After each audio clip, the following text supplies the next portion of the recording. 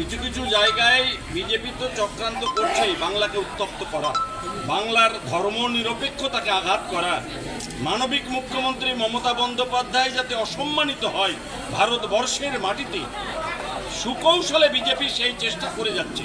RSS এবং বাংলার BJP party সুকৌশলে সেই ষড়যন্ত্রে লিপ্ত এবং মুর্শিদাবাদকে উত্তপ্ত করবার জন্য যে প্রক্রিয়ায় তারা চেষ্টা চালাচ্ছে সেটা আমাদের কাছে অত্যন্ত দুর্ভাগ্যজনক এবং অপমানজনক।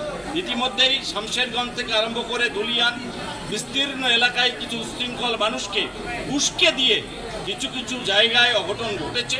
আমরা সর্বতভাবে চেষ্টা করছি এই ঘটনার যেন পুনরাবৃত্তি না হয়, মানুষ যেন শান্ত থাকে।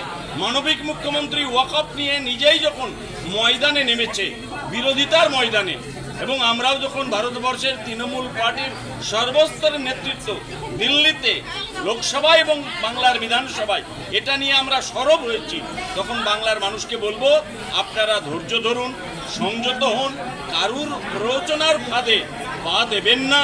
বিজেপি যেভাবে বাংলাকে উত্তপ্ত করার চেষ্টা করছে, হিন্দু মুসলমানে ভাগ করার চেষ্টা করছে, তাদের পাতা ফাঁদে বাংলার মানুষ যেন পা না দেয় সেই আবেদন, সেই অনুরোধ রাখছে।